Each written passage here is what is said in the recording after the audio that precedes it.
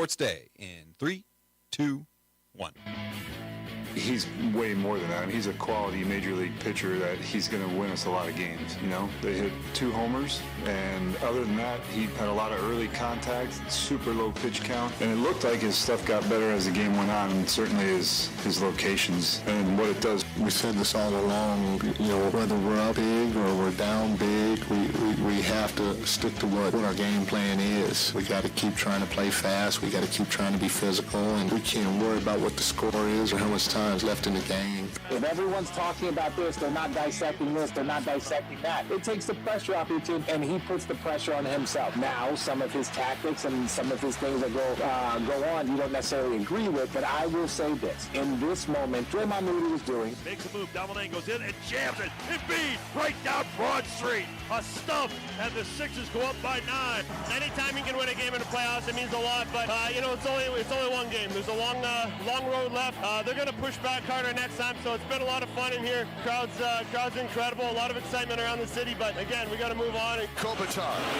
to Doughty in the middle. To Kopitar left circle to the goal line. Arvidsson centers. Score! Alex Iafallo! And for Philadelphia, now it's just getting on with the business of turning their attention to the draft, continuing to build out this roster, find some defensive help, make sure that they're shored up at running back, and trying to make another run at it. He is cleared, resumed full activities just like anyone else who was coming back from an injury or whatever. So he's fully cleared. He's here. And welcome into Sports Day here on 1590 KVGB and 95.5 FM. Coming at you live on a beautiful Tuesday afternoon here from the Mayo Money Management Studio. Sports Day today is brought to you by Barton Community College. Train for a new career at Barton Community College in areas like carpentry, network security, or pharmacy tech.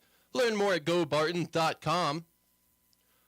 Oh, day 2, boys, of the No Webby experience. I am your fill-in host once again, Aaron Clark, filling in for one Mr. Steve Webster, as he is still out of town, getting some mics adjusted at the last minute.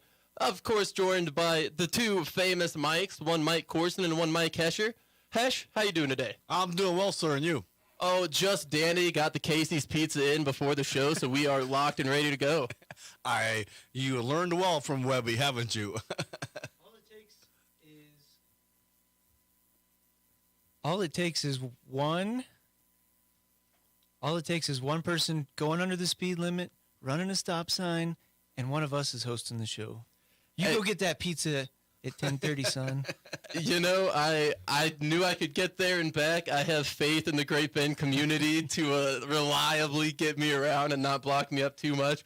We will get to it, though. We do have a full day here in the studio, as we'll have the new sports headlines, the sounds of the past 24 hours, and coming up here in just a little bit, we have Caden Esfeld going to be stopping in before our own Mike Hesher goes on the prowl. Well, maybe not on the prowl, because we're not bringing anyone in. We're just talking to you about some track around the area. But first, we'll get into the sounds of the past 24 hours. Starting us off, we heard from Royals manager, Mac Quatrero, who, after last night's 4-0 loss to the Rangers to open up their second series with the Texas team in just the past 2 weeks, not too disappointed with the outcome from Lyles. However, the hitting still not quite there.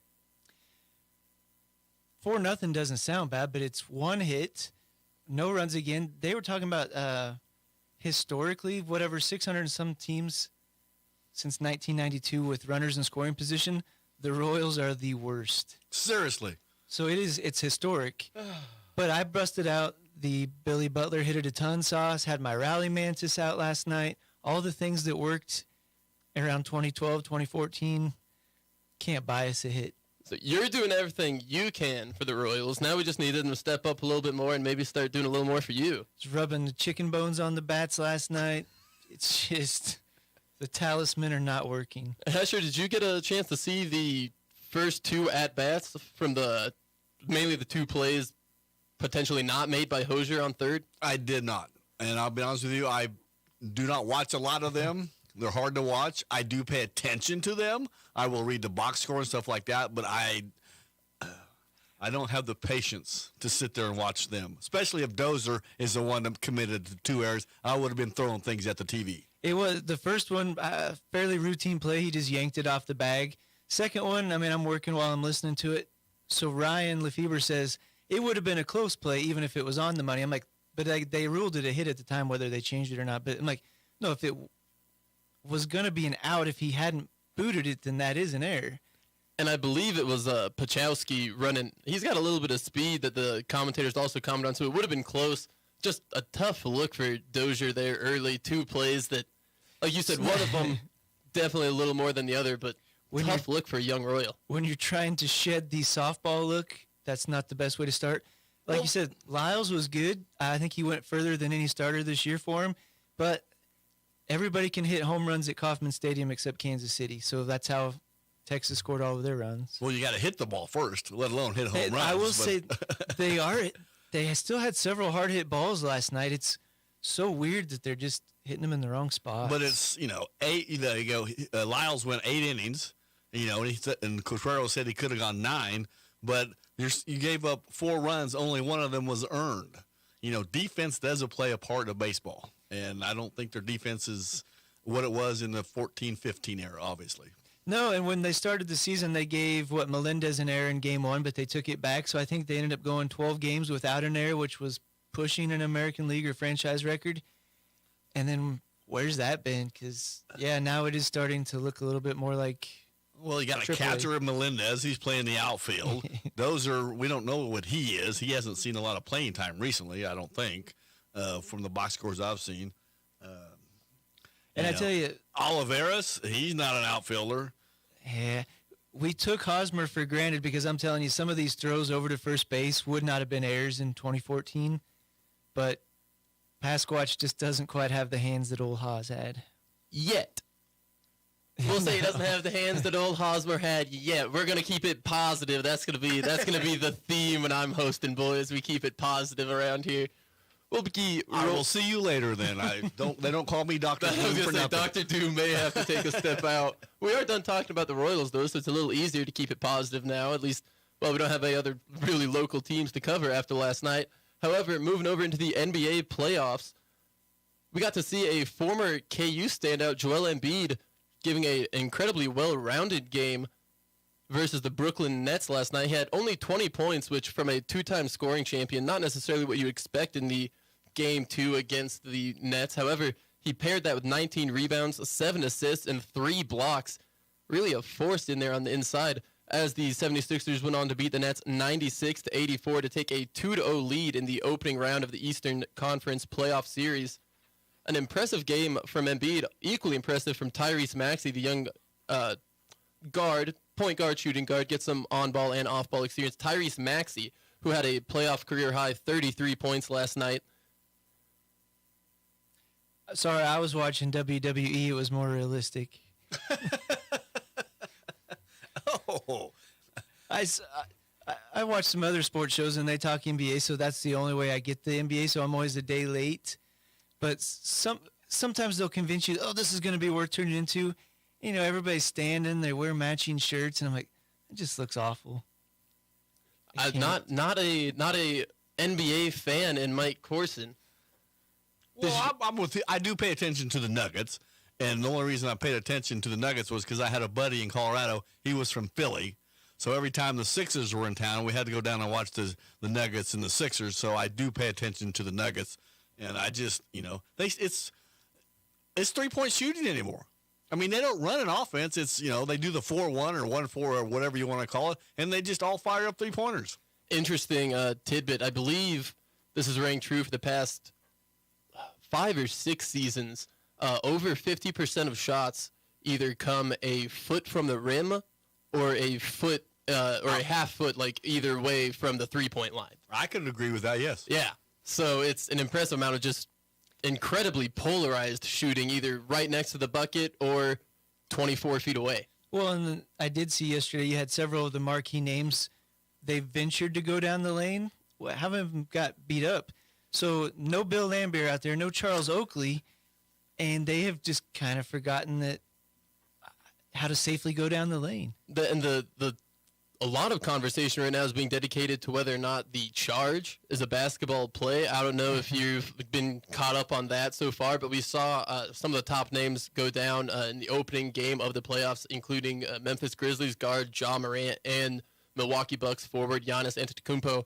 Both of them got injured on plays where someone tried to take a charge.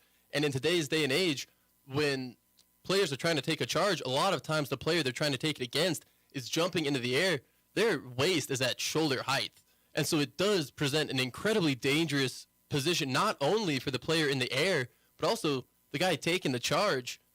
Having a player run into you like that, and then the fall potential for the offensive player. A lot of people saying it's not a basketball play. Of course, and I see you smirking. You seem like a guy who would be taking charges in a pickup game, trying to get that mental advantage. You just have to remember that these guys play every 1 out of 3 games, so they're just not in shape to take that much contact. Was that a shot at their load management thing? See, you messed up, though, because we're talking about the Brooklyn Nets. Brooklyn Nets employ Mikal Bridges. Mr. Bridges is on an over 390 consecutive game streak to start his career. Fair enough. He's not missed one in his first 5 years. Was traded to the Nets in that deal with the Phoenix Suns that was for Kevin Durant. But glad you brought that up because I love telling everyone I can about Mikal Bridges' game streak. He's an Iron Man. And he's a pretty defensive, gritty-minded too, who can also stretch the floor a little bit. So I'll throw out some love for old Mikal Bridges. Moving over, you talked about watching some WWE last night. It may have just been the end of the Golden State Warriors-Sacramento Kings game, as we saw Draymond Green, the forward for the Warriors, Draymond Green, and forward for the Kings, Domantas Sabonis, get into a little tangle match, which resulted in Green stomping on the chest of Sabonis. It was definitely not a basketball play. Could have been confused for some WWE. Draymond, interesting cat. On and off the court, I just have no use. I'll see that probably later this afternoon. But it was the same, the other day they had the players walking through kind of a bar situation to get to the court, and somebody was running their mouth, and one of the marquee names wanted to get mixed up. It's just not the NBA of old.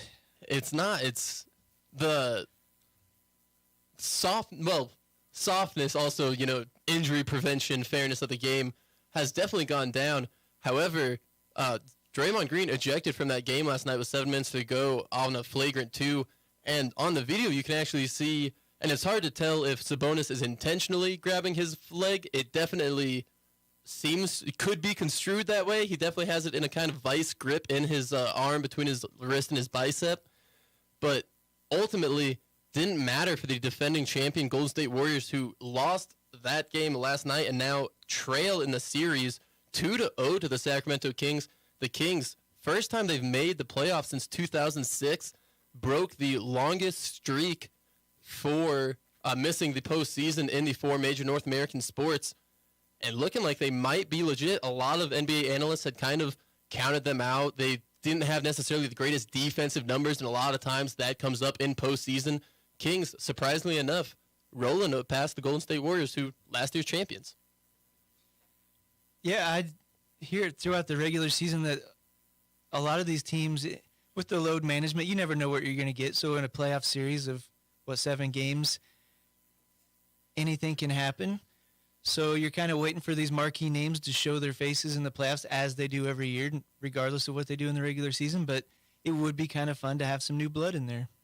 And such a fun, one of the best traditions in sports this year, the Kings light the beam. Every time they win a game, they light just this purple beam on top of their stadium and just straight up into the air. You can see it for miles around, so I'm all on board with the Sacramento Kings. Light the beam, baby. Let's see it. Moving along in our sounds. Oh, Hesh, did you have something? I was going to say, like the Royals used to do when they would win and light their crown in Kansas City. A very similar vibe. They can't do that anymore because they don't win. I was going to say, four chances to light the crown so far in the season for the Royals? Or when Casey would come out and wave his flag before they fired him for talking trash on Moustakas. Moving right along in our sounds of the past 24 hours, we got to hear from Brad Marchand, left winger for the Boston Bruins. Boston got their postseason Stanley Cup playoffs underway last night against the Florida Panthers.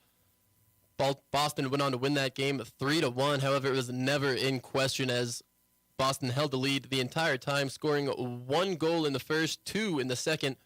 The first and the second coming courtesy of Marchand off the left wing, able to get a nice wrist shot in there.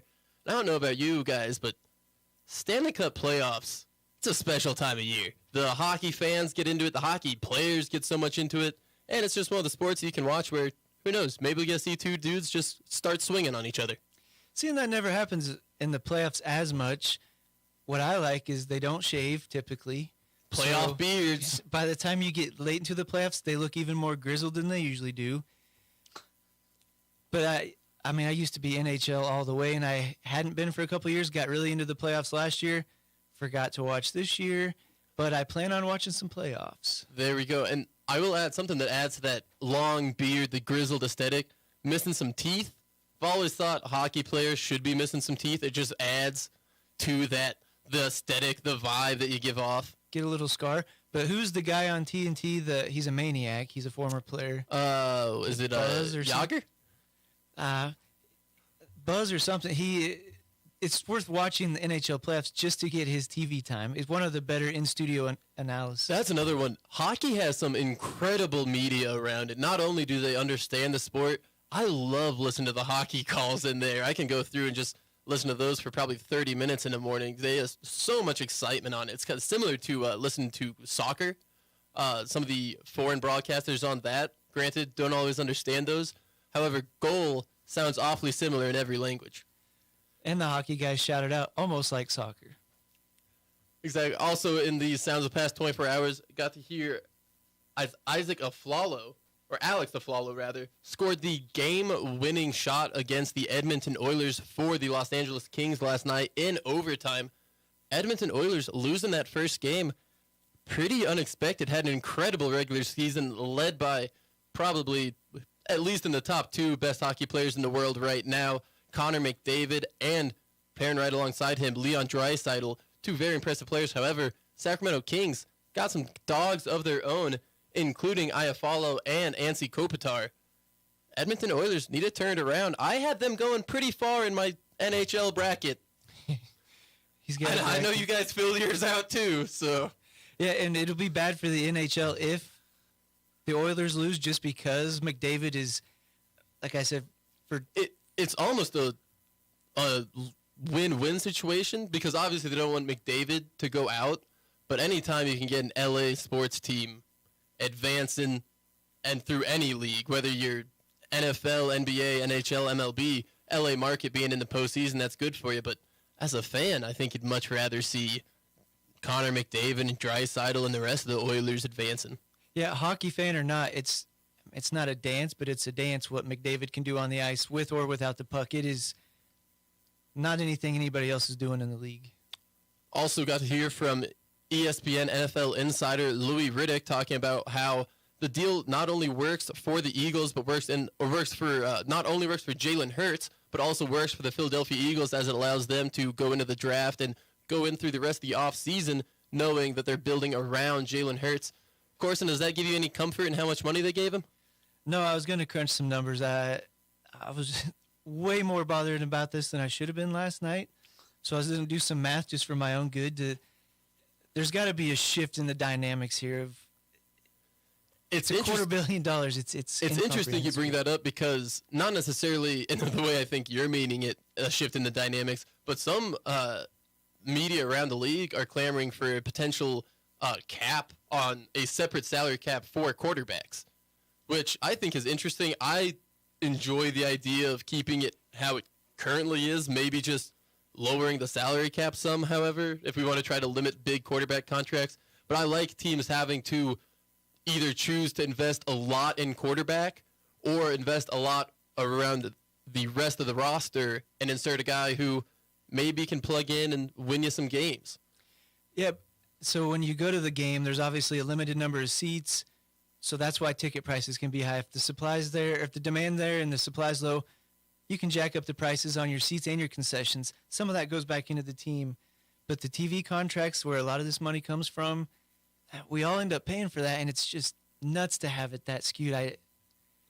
It's crazy, but it also makes you wonder how much the owners are making, because there's no way they're getting their pockets lightened, and if they're willing to give a quarterback one player this much money.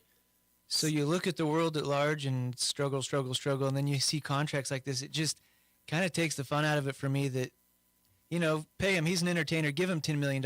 That should be enough for 4 generations of his family.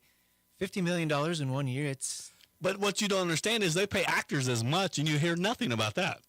I mean, you always hear about the professional athlete being overpaid. Actors and actresses, they get paid. That's a very good point. They get paid as well, but you hear nothing about this. I don't know if it's $50 million, but once again... Some of them do. How much per movie? That actually brings up a good point.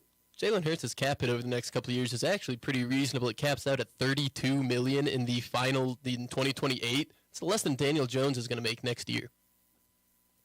And we will go ahead and wrap up our sounds of the past 20. But you can't win without a good quarterback or a great quarterback. The Kansas City Chiefs fans know that all too well. And that deal just keeps looking better and better as it goes.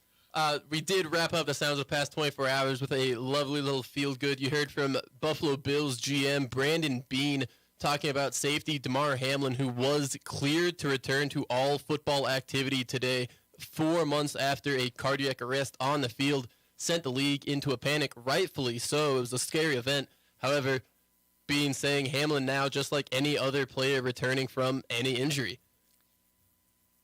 Real quick, some weather news. We don't know that it's going to rain this afternoon, but just in case, the Great Bend High School varsity softball and soccer games, they flip-flop the JV and the varsity, so I think varsity softball is going at 4 o'clock against Hayes, and soccer should also be at 4 or 5. I think 5 or 5:30 against Garden City out at the Cav. There we go. So that was the sounds of the past 24 hours. Stick around for more Sports Day. Right after this, we'll be sitting down with new Great Bend High record holder Caden Esfeld right here on Sports Day right after this. Barton Community College enrollment days are back. Registration is now available for all sessions through July 26th. Make the enrollment process fun, fast, and simple. Reserve your spot to get everything set up for the fall semester in just one day. Visit with an academic and financial advisor, enroll in classes, take a tour of campus, and more. Visit enroll.bartonccc.edu to sign up. Farmers depend on their equipment, and equipment depends on its fuel. Cenex Premium Diesel works as hard as you do and comes with a more complete additive package for a more complete burn. Cenex Ruby Fieldmaster even cleans up your injectors and prevents injector fouling, so your equipment can keep firing on all cylinders to make every day a field day. Cenex Premium Diesel. Diesel that doesn't mess around. Contact American Plains Co-op in Great Bend, your certified Cenex distributor today. Venture Corporation is a homegrown company with almost 50 years of experience in asphalt, paving, and construction, and they need equipment operators, mechanics, and CDL drivers. Venture offers many benefits, including 401k and Blue Cross Blue Shield health insurance. Call Leslie for all the details. Work for a family-owned and family-oriented company that is here today and will be here in the future. Venture Corporation, South Highway 281, Great Bend, is an equal opportunity employer. Music through the decades. This year's theme for the Golden Belt Community Concert Association. 7 shows, 1 low price. And if you sign up before this Saturday night, you can attend the last show of this season. Beginnings, the Chicago Tribute Band. This fall lineup includes Fat Cat Swinger, Here Comes the Sun, a Beatles tribute, Divas 3, and Abracadabra, the ABBA tributes. Renew now at gbcca.org or stop by the Best Western Courtyard, May 11th to 12th in Great Bend.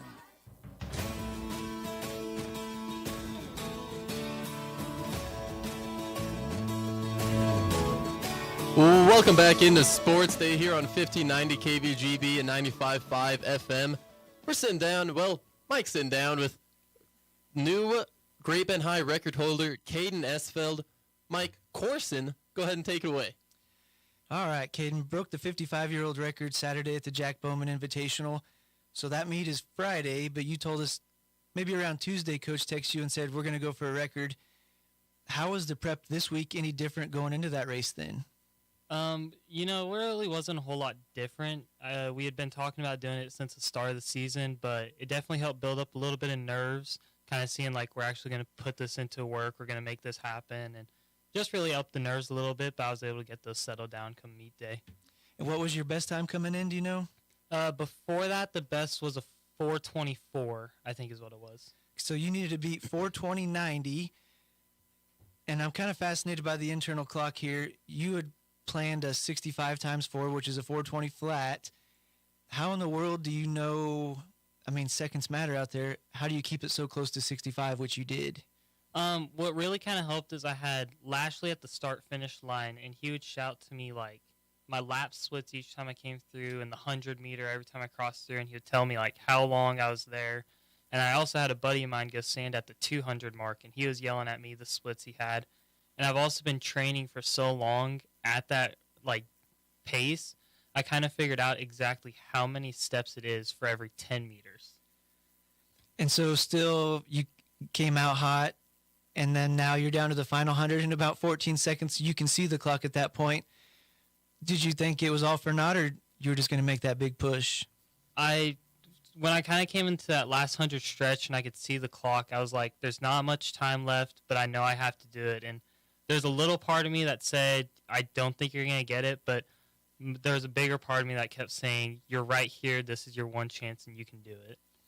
Did you have an idea that you were basically going to be running alone? Yeah, I think from the start, me and Coach kind of both said, like, you know, no one's probably going to go out with you. You're going to be all by yourself, but just stay in your head, be right, and you can do it all by yourself. We're talking to Great Bend senior Caden Esfeld, who broke a 55-year-old school record in the 1,600 meters Friday. So I went to KU for just a tiny bit on Saturday, and Garden City's Devin Chappell was there. You guys have kind of gone head-to-head. Could he have made you faster Friday had he been there? You know, that's something I was thinking about. I don't know for sure because every time I've raced Devin, I've always known he hasn't been the best of miler. He's kind of more of a strong suit of the 2 mile and up kind of there. But I think maybe for those first 2 laps, it would have helped to have someone going with me to help me run a little more even, run a little smarter, and probably would have helped me have an even better finishing for that last half mile. So I brought in a prop today. It's a book called Once a Runner by John Parker. Runner's World calls it the greatest novel ever written about running. So 2 things that stood out to me in that one. I think in the book he's trying to break a 4-minute mile, so we're down to cutting seconds. How many hours of prep work go into cutting, say, a single second in a race eventually? It takes a long time. I know just for me to drop from a 424 to a 420 now, it took basically a year because I think I ran the 424 at our last home meet, and it takes a long time to just get that extra strength in your body to just drop even just a second or 2 off of your times. So I've seen Clay Shively, Wichita Trinity Class 3A. I think he's up to number 2 in most of the distance events all time in Kansas. So he's at about a 403, 404 mile this year. How big a gap is that from 420 in reality? In reality, I'd have to say, when you look at it on paper, it's a big gap. But realistically, when you talk from training, it's just kind of about how your body adapts to the different kind of training mechanics you're doing. I think Clay has done a lot more. He's been doing a lot of speed training and a lot of aerobic, and I know he's really upped his mileage for what he does for his training. So it kind of just depends on what you're willing to put yourself through to push yourself to that point. And speaking of that, I'm guessing training's never quite pleasant, but what percent do you think you're going at to get to a 420? And had you planned on running another race that day, or are you capable, or is it that big of a push? I know we were planning on me running at least 2 more races, the Open 8 and the 4x4, and really at first I know when I finished, I was laying on the ground. I know like a live stream that Coach shared online, you could see I was like, looked like I was basically dying on the ground. But after like they announced that I got the record, all of a sudden like I just got a huge boost of energy, and then I felt ready to already roll for the 800 right after it. Another big point in that book is once you run a certain time, that's your time forever. So these runners have clocks over their heads. That's a 401 guy. That's a 403 guy. I'm an 11:35 guy. Now you're a 420 guy. What does that mean to you? I think it's just going to show that now when I go to meets, there's going to be a lot of people, they're going to look at you differently. They're going to look at, that's a guy who could almost run under 420, and surprisingly, it's more difficult for a high schooler to try and get under that 420 mark. I know a lot of high schoolers, they push and they keep working to try and make it to there, but they never can. And just kind of seeing now that I'm there, I'm almost right under it, I know I'll go to a lot of meets and people are going to say, like, that's going to be a guy that I'll have to race, and this will be a tough one to go against. And speaking of, only 5 guys are faster than you in the state of Kansas this year. You guys had talked about the weather conditions. I thought it might be a little warm and maybe a little windy. If you get some better competition, if you get a day that's maybe not those conditions, are you capable of a 4:18 or something this year? I definitely think I will. I think, to me, really the conditions weren't too bad Friday, but I think with a little bit cooler and with even some fast guys that I know I can go with and have push each other, I think that will really help me to run even faster than what I did on Friday. That is all we have for today from the new mile record holder, Caden Esfeld. Caden, I will say, I got to be at that meet. You said when they announced it, it was me, but it was like a little mispronunciation on the name, but we don't have to talk about it. Well, and I want to say I have watched these programs for a few years, got to watch you break the course record out at Lake Barton. We've had some kids, even Division I kids, so to think that this record, well, when Jack Bowman was here, he was out on the field, we saw him. Great cross-country teams back when I was in high school. So that this thing went 55 years and you were able to break it, congratulations. Well, thank you. Hey, congrats, and that's Great Bend senior Caden Esfeld. Oh, and Caden, one last thing. Go ahead and, you got plans for your future? Yeah, I'm planning to go to attend Fort Hays on a cross-country and track and field scholarship. So there we go. Thank you, Caden. We'll have more Sports Day coming up right after this, right here on 1590 KVGB and 95.5 FM. The time is now. Get up to $729 off devices like the Samsung Galaxy S23 or the iPhone 14 Pro. Bring your number to us and you can also get a $100 Visa gift card. Only at Next Tech Wireless, home on the range. Hey everyone, this is Cole Wright, voice of the Barton Cougars. Attending sporting events for Barton Community College is great, but did you know you can support the athletic teams even further by getting involved with the Cougar Booster Club? The Boosters help with fundraising for equipment and facility upgrades to give Barton athletes every opportunity to keep succeeding at the regional and national levels. Join the Cougar Booster Club as an individual or business. Call 620-792-9377. Become a booster today. Go Cougars. You're ready for any task and you expect the same from your tractor. No matter the job, there's a Case IH Farmall tractor ready to work as hard as you do. With easy operation, an exceptional operating environment, and more standard features that enhance productivity, Farmall tractors deliver the power and flexibility to knock out chores and keep going. Stop by Can-Equip in Great Bend and find a Farmall to meet the demands of your operation. Can-Equip you. Come see what's new at Northview. We have something for you, like trees and shrubs and the plants that you love, perennials, annuals, and daffodil bulbs. And as the seasons changing, we're always rearranging. You never know just what you're gonna find, but you'll see a miracle every time. Just take 281 North to come see what's new at Northview.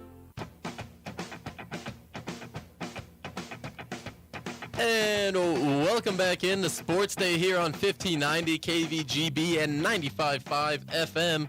Sports Day today is brought to you by Barton Community College. Get ahead with online or dual credit classes at Barton Community College. Earn a certificate or associate's degree while in high school. Learn more at gobarton.com. And now continuing a nice track-themed week for us so far. Going to be sitting down with one Mike Corson. And we just got to hear a lot about some running events from one Caden Esfeld, that new Great Bend High 1,600-meter run record holder. Now we'll move into the chucks, the jumps, the throws into the field events. Corson, we've had a pretty good year for throwing and jumping events around the area. Who's impressed you so far? I'm going to start with in our own backyard here with Great Bend. So Class 5A Javelin.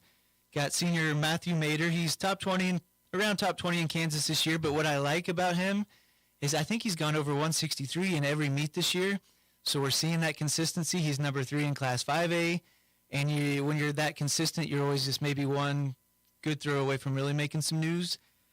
On the girl side, Kendall Blessing was having a bad day the other day. She still ends up going 130 plus.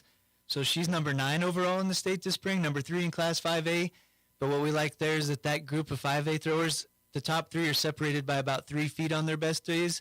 So obviously any given day, one of those could jump the other ones. Not necessarily any given Sunday, but especially usually Friday. Any given Friday. Especially javelin throwers, such an impressive type of athlete.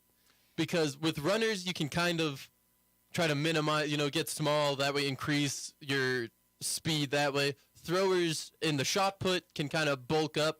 Javelin, you kind of got to have a mix, got to have some flexible shoulders in there to make sure you can actually launch it. Impressive athletes. Definitely see the mix in that event. You do have a lot of your speed kids, but you do also have a lot of your discus kids that are a little bit bigger. And then sometimes you have your lanky, torquey ones. And sometimes they're really thin looking, but they're the ones who can torque it out and get some of the best throws. I just know apart from me, there's no way I'd be able to get the footwork down, especially back when I was in high school, being a hefty Jeff, But the shoulders as well. But who else has been really wowing you so far?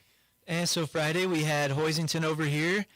If you follow Hoisington track and field, you know Dan Schmidt always has great pole vaulters. The Ball brothers have been state contenders for years, really all 4 of them. So this year, Josiah, he cleaned up Friday at Great Bend. He is number 1 in Class 3A by 9 inches, and at 14.6, he's tied for number 6 in Kansas this spring. On the girls' side, Shella Mae Farmer, she's a junior. She was the 3A champion last year.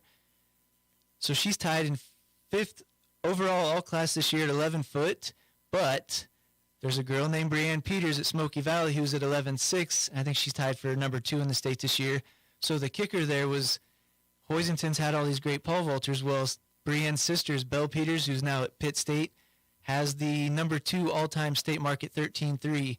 So 3A has been kind of a hotbed for pole vault, and Hoisington's right there in the middle of it every year. And do you know how old is Brianne Peters? Has she got some time to try to beat her sister's mark, or? I think she is a junior because there's another one coming up that's not quite as good, but they always seem to as they get. So the Peter girls have been, if you cover CKL track, it's Peters. And that's talking about being a staple for a town. Going back a little bit, talking about the Ball brothers. Josiah this year, an impressive wrestler, also saw at that Friday Great Bend Jack Bowman Invitational. Quite the hurdler. I believe he got 2nd in the 100-meter hurdles. If not winning it, he was placed very highly. Did win it over a very good Madison Regier. So all of the brothers, I think, have been good hurdlers and pole vaulters. So it is funny that is the family tradition: wrestle, pole vault, hurdle, and not bad football players. They also do seem to mix it up in football. I was gonna say, just quite the athletes over there for Hoisington. Back on the track side, just a little bit out of the norm here, but Aria Pierce is an 8th grader. So she was a Wallace County girl, kind of jumped on the radar a couple years ago, but it was like, who is this kid? How legit is it? She's racing college kids. She won't race middle school races. How does that, because I saw that, and I've seen it before, middle schoolers racing at this, how does she get there? How does she not, when she's signing up, not get laughed? I just have who is she running independently? Is she running for a team? How does she run at the KU relays? Yeah, so I don't know if they could have ran her as a high schooler at the relays, but they actually jumped her up to the college division. So weather was moving in Saturday, so they only had 3 girls in the finals, and it was college. I didn't know who they were, so I wasn't real interested. But when they shouted out the lineup, I heard Aria Pierce. Whoa.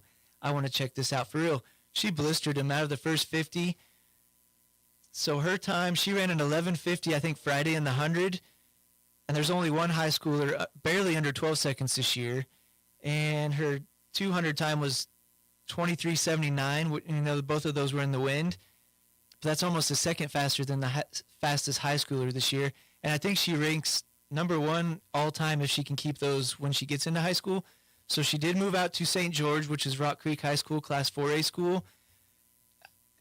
Seeing her run, it's a mix of technique. Everything's there. So hopefully she can continue this for at least one more year so we can officially make those high school records next year. But if she can keep that up for 4 years, it is going to be fun to see what kind of media attention that brings in later on. Especially for small town Kansas, just the type of attention that could attract for other athletes, the opportunities, the doors that could open for kids growing up in small town Kansas. And I've always really enjoyed when a small town Kansas kid gets really fast and good at track, because it's like, yeah, that makes sense. You know, it's flat out there. You got nothing better to do than run around in circles. Yeah, and Wallace County is obviously a 1A school. I kind of favor Western Kansas schools, being that that's what I've covered for 15 years. Whack. So, can we get those parents to maybe get a job around here? So it would have been fun to have her stay out in Western Kansas, especially as a 1A pop in those times. But as a state track rank guy, as long as she stays within our borders, I hope she continues to do well. It'll be fun, especially because you'll probably be able to get around to see her at some of the top meets, being the elite track media coverage you provide. I did hear, I think she's going to be up at the Fort Hays, because I'm telling you, I don't think she races middle school. And if you see the videos, there's plenty of videos of her online where she's racing even high school kids. It almost looks fake. So that's why I was like, no, there's something to these. But to see her actually do it in person against, they weren't Division I kids, they were junior college kids up there, but those are still kids on scholarship, and she's an 8th grader. It's incredibly impressive. I know when I was in 8th grade, I would not have been able to compete against college kids in anything.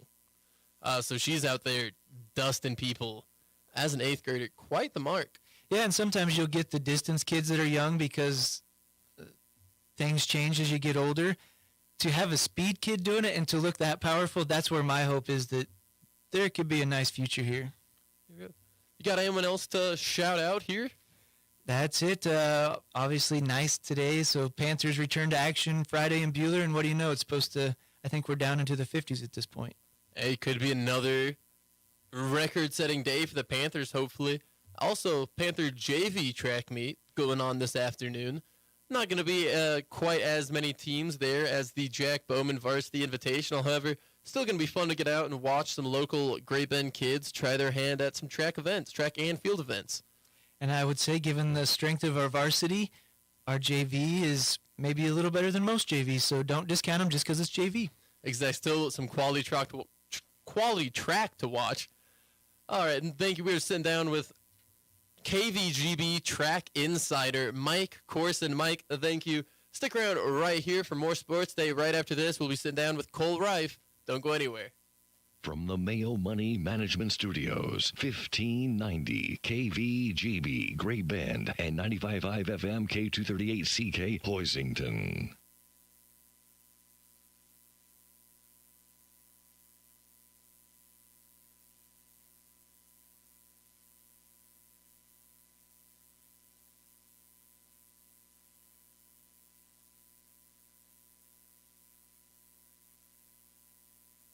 The world of personal communications is constantly changing, and as we rely on the internet more and more, many are using their smartphone or tablet as their primary information, entertainment, and communication source. As society becomes increasingly tech-savvy, H&B Communications is here to help you make sense of it all. Be it business or personal, H&B can show you the many options available for personal and business communications. H&B Communications in Holyrood.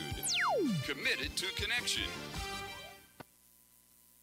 ABC News. I'm Derek Dennis. Opening statements underway in the Dominion Voting Systems lawsuit against Fox News. Jury selection took just a few hours. Dominion is suing for $1.6 billion, accusing Fox News of deliberately amplifying false claims that its voting machines were rigged to cause Donald Trump to lose the 2020 election. ABC's Faith Abube is in Wilmington, Delaware. 6 men and 6 women were seated for that jury. Dominion is expected to go first, lay out their case, present a roadmap to the jurors, explaining to them exactly what the allegations are and how they plan to prove it with evidence that they have. A Russian court denied American journalist Evan Gershkovich's appeal for release. The Wall Street Journal reporter was arrested more than 2 weeks ago, accused of spying. The U.S. says he is wrongfully detained and is calling for his release. It's tax day, the deadline to file tax returns or an extension. Federal authorities are warning Americans to beware of tax-related scammers. This is ABC News. Every piece of land has a story. Some write theirs behind the wheel of a John Deere 1 Series tractor, like the Upshaws. This is my tractor Penny. It's all about attention to detail. But the Nelsons love cruising around their expansive Montana ranch in their John Deere Gator UV. We've been here since 1868. While the Caggianos drive a John Deere zero-turn mower to keep their Long Island brewery looking sharp. Don't call me, don't bother me. I'm going out to mow for a couple hours. Run with us and start telling your story. Learn more at johndeere.com/radio. Nerds. Here at NerdWallet, we often see people struggle with financial decisions, like with Helen. Hey, Helen. Hello. Helen, you're all over the place. I'm trying to pick a rewards credit card, and I've ended up, well, everywhere. With NerdWallet, you don't have to feel all over the place. NerdWallet has side-by-side comparisons of top credit cards. So whether you need a card for groceries or travel, the smartest card for you is right there. Wow. Now I'm in one place with the right travel rewards card. Nice. Nice indeed. NerdWallet, the smartest decision for all your financial decisions.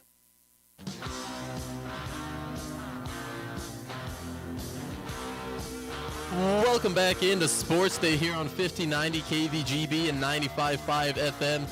I'm your fill-in host, Aaron Clark, sitting down with someone else who watches NBA basketball. Excited to talk with you about that. Cole Reif joining us in studio. Cole? There are very few of those NBA watchers. Especially around here. I agree. It's a chore trying to find someone to talk about it with, but you think Webby's kind of feels a pit in his stomach right now? He's got the one former protege, one still under the wing, and they're just talking NBA basketball on his show. I think he has that feeling all the time. He just might. Because actually, that was one of the first things I learned from him was the grumpy old man. And he's like, if you come across as grumpy, people will leave you alone. And I was like, yeah, whatever. But as time has gone on, I have found out that is absolutely true, and I have taken on that persona. Just give it time, Aaron. Just give it time. I was going to say, maybe I'll have a little bit to learn. Everyone tells me I'm so enthusiastic. Yeah. It's just going to get me signed up for extra work. The man hasn't brought you down yet. Yeah, I'm still bright-eyed, bushy-tailed. Yeah, exactly. Haven't been brought down. You haven't been weathered. So, Cole, in winter, you're a Barton basketball insider, still paying attention to Barton sports. Barton baseball up and rolling. We had a chance to talk to Trevor Rolfs yesterday. He hit on Barton baseball a little bit. You want to go a little more in depth today? Yeah, it's fun. I mean, this has been fun to watch, and they'll open up their series with Cloud County. Tuesday, so Thursday afternoon. I think 1 and 3 o'clock typical times. So if you haven't caught them, oh man, they're fun. And now that first game has always been a little bit dicey in the series here as of late because they lost that first game to Butler here recently last week, and then they won 3 straight. They lost that first game. Who was the series before that? But they lost first game, maybe Seward County, and then they won the next 3 of the series. So they come back and win 3 of the 4. But so hopefully it's a better start for game 1 on Thursday. I know a pretty smart guy whose name rhymes with Hike Mesher, who says if you get to a doubleheader in the 5th inning of the first game, it's the perfect time to get there. That way you catch the first game, the start of the second. You can see if they want to stick around for the second. Yeah. Especially with Barton baseball, the way that might be the perfect time to get there. Yeah, it's pretty good. And so hopefully the weather's shaping out pretty good for Thursday for the first 2 games of that series with Cloud. And Cloud's another team that's hot right now. I think they're sitting 3rd in the West. They've won 8 straight games. As good as Barton has played, I think they're only up 3 games on Dodge City. It seems like every team that Barton plays, they'll knock them down on the totem pole, and then after they don't play them for a while, they kind of build back up, because Dodge City was that same way. Like, I remember, it's number 1 versus number 2 when they played Dodge City. Barton went and took care of business, knocked them down, dropped them to 4th or 5th, and then now they've starting to come back up. They're sitting in 2nd place. So Cloud County is that team that, Barton hasn't played yet, and they need to, knock them down a little bit. And Coach Biggs plays such a fun brand of baseball, like an aggressive, steal-heavy. If you're someone who kind of has the idea of baseball being a little more slow-paced, Barton baseball might just be for you. Speak about the aggressiveness that Coach Biggs brings to his players. Yeah, I mean, you talk about the old concept of putting something in play, getting on base and just playing those percent. Not that I don't think, Biggs is an analytic guy by any, I mean, he can if he wants to be, but I think, he's very simplistic in the fact that, hey, let's put it into play, let's get around the bases, make them, make plays to get us out. So, yeah, it's been fun, but I mean, you look at, the way that they've been doing it, like that top of that lineup, even, 4, 5, 6, in that lineup are hitting well over 350. I mean, they got a number of batters. They're hitting over 400. They're next to the bottom in home runs, That's not what they need. I mean, they go up against these other teams that are, those home run ball hitters, but I think they're number 1 in triples. I think they're number 1 or number 2 in doubles. Obviously, stolen bases, they're number 1 in the conference. On-base percentage is really good. Their ERA, going to the pitching is really good. So they have so many things that are going for them. This is, obviously that 2018 team was really fun, making it to the national tournament in Colorado. I mean, that was huge. I mean, you talk about an accomplishment. And we talk obviously about, basketball a lot on the show during the winter for Barton and the challenges of getting into the national tournament at the junior college level. Baseball is even harder. I mean, it is ridiculous. I mean, because you still have your 16 region teams, but you have baseball, there's 10 districts. So there's only 10 teams that make it to the national tournament, and you have to win, your conference tournament or district championship. So they could have this, spot-free, glorified season, and then if you lay an egg in that conference tournament or district championship, you're still not going. So that's what's crazy to me. They're number 5 in the country, but they still have to go through the gauntlets. And, and obviously Cali's going to be good. Johnson County is going to be good. KCK is going to be solid. And then there's some teams in the West that are right behind. We talked about Dodge City and Cloud County. So, yeah, it's crazy. It's as fun as it is thinking that they're the 5th-ranked team in the country. Nothing's given to them yet to get to that, get back to Colorado. They'll have to keep it locked in and season winded down. Do you know how many games they have left? They got 13 left. So they got 3 more series. They got a single game against Cali. But first they'll play 4 games with Cloud County. Then they have that single game with Cali. Then they'll, I want to say they got 4 games with Hutchinson. And then they'll do 4 games with Garden City to close out the regular season. So they're down to their last 3 series, 13 total games. So it's starting to wind down. It's closing time for the Barton Cougars. Going to go ahead and move it now over into our NBA talk. Exciting times. Then sure, I got like three or 4 sound clips for it this morning. Then I kind of had to reel it back a little because I was like, I don't know who I'm going to be able to chat with. When you're in charge, man, you get to do whatever you want. It's exciting. This is your sportscast. We've had some NFL news in here a little more. I've been loving it. But we will stick with NBA playoffs. I love it, especially this time of year. We don't have to get into NHL playoffs, but when you get hockey playoffs, basketball playoffs, it's an exciting time. You were telling me to sit down and watch a little bit of the Golden State Warriors. I love watching Golden State. Game. Yeah, I mean, even, and I'm not a huge fan of Golden State, but I love watching them. And the fact that they're the guy. I mean, they're the team. They're the dynasty over the last few years, whether you like them or not.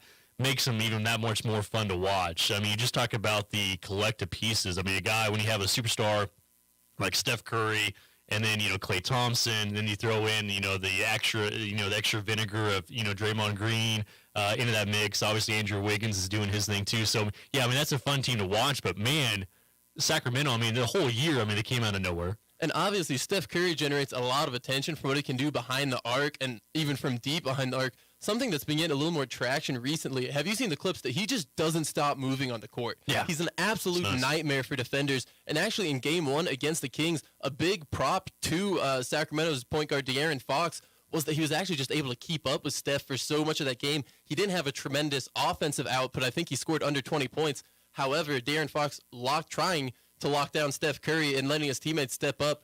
But, man, so many weapons for Golden State because even if you do manage to stick on Steph Curry's hip, stick around him, not give him those outside shots, like you mentioned, they've got Klay Thompson, one of the best spot-up shooters, definitely one of the best corner 3 shooters of the last probably ever in the league, and also just Klay Thompson's ability to take over any quarter, holds the NBA record for most points in a single quarter. A lot of shooters there on Golden State. And with all that praise, they're down 2-0. so there's Sacramento still up 2-0. So that's what makes it fun to watch. And De'Aaron Fox is the man. I think Sacramento deserves big props for the trade they sent to Indiana Pacers to acquire Domantas Sabonis. They took a lot of flack for it over losing Tyrese Halliburton. And to their credit, Halliburton, a terrific player, was in the top 5 in assists this year, just his 3rd year in the league. Sabonis, though, looking like exactly what the Kings needed. Also allowed the Kings to diversify, add Kevin Huerter from Atlanta, and got some pieces. And he's been having a career year from behind the 3-point arc. Cole. And Sabonis knows how to act, too. Yeah. He sold that. He sold that step down on Draymond. I don't know if you heard earlier. I said it looked like he could have grabbed it, but stomp on the chest, that was rough. That was tough look. Good old Draymond. Cole, we are out of time, but next time Webby's gone, back to some NBA talk. I'm down for a full show of NBA There if we you want. go. We'll have more Sports Day right after this. Stick around with us on 1590 KVGB and 95.5 FM. When you need to get rid of the pain, you want the best. You need to see Dr. Dan Quillen at Catalyst Therapy and Sports Rehab. Dr. Dan is Barton County's only board-certified clinical specialist in orthopedic physical therapy. No matter your age, when it hurts, he will help. Call Dan at 620-282-4825. That's 282-4825. Excellence-driven, unrivaled results. Catalyst Therapy and Sports Rehab. Inside the Fieldhouse at 9th and Madison in Great Bend. Attention Kansas high schoolers. Barton Community College wants to help you get ahead in your education and save money with new early college online savings. Starting March 20th, pay only $75 per credit hour on any Barton online course. That's a savings of up to $80. All online classes are eligible, including career technical and general education. Learn more at bartonccc.edu/earlycollege. Are you kidding me? Gas prices are up again? Somebody has to do something. Well, someone did. That's why I use Upside. Upside? What's that? It's a free app that pays you back real money for every gallon of gas or diesel you buy. I just earned 25 cents back on every gallon of this tank. So the Upside app is free and you actually get cash back every time you use it? No strings attached? Yep, it's awesome. Check it out. It only takes a couple of minutes to sign up. Instead of just watching your dollars go into your tank, start putting money back into your wallet with the free app from Upside. With the price of gas today, it's big news and big money. To cash out of your Upside cash, just transfer it to your bank account, PayPal, or a gift card. Upside users have already earned over $200 million. Now it's your turn. Download the free Upside app and get cash back on every gallon of gas. Use promo code ESPN10 for an extra 25 cents per gallon on your first fill-up. That's code ESPN10. Use code ESPN10 for an extra 25 cents per gallon back in your first fill-up. Cashback's not available in gas in New Jersey and Wisconsin.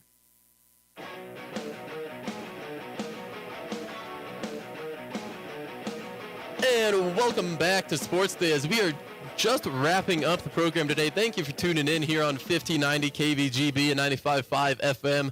Just a reminder, we will not be having the Sports Day program tomorrow as the Royals will be here on the KVGB, the talk of the town, tomorrow afternoon. So no Sports Day. We'll be right back here on Thursday with a full lineup. I'll still be the host. Webby will still be out. However, we will have Sports Day coming to you live on Thursday. That's all we have for today. For KVGB, I'm Aaron Clark. Venture Corporation is a homegrown company with almost 50 years of experience in asphalt, paving, and construction, and they need equipment operators, mechanics, and CDL drivers. Venture offers many benefits, including 401k and Blue Cross Blue Shield health insurance. Call Leslie for all the details. Work for a family-owned and family-oriented company that is here today and will be here in the future. Venture Corporation, South Highway 281, Great Bend, is an equal opportunity employer. If you need physical therapy, consider Advanced Therapy in Great Bend and Progressive Therapy in Larned and Hayes. There's nothing like A-STEM therapy. This is Tim Marcus from Progressive Physical Therapy in Hayes. Research shows that A-STEM therapy improves muscle performance and neural functioning. It's highly effective for those dealing with tennis elbow, carpal tunnel, sports injuries, and general aches and pains. You don't need to hurt. Physical therapy can help. Call Advanced or Progressive Therapy and Sports Medicine to explore your treatment options and get your life back. Bundling and saving with Geico is an easy choice, so you're free to ponder life's big questions, like what's the best animal in the world if not humans? I'd strongly consider ducks to be somewhere up there on the list. Think about it. Ducks can swim, ducks can fly, and ducks can walk on land. They have access to all terrains. They are the ultimate animal. And they wiggle their butts when they walk, which is funny. Yeah, ducks are awesome. End of story. Bundling and saving with Geico. It's an easy choice.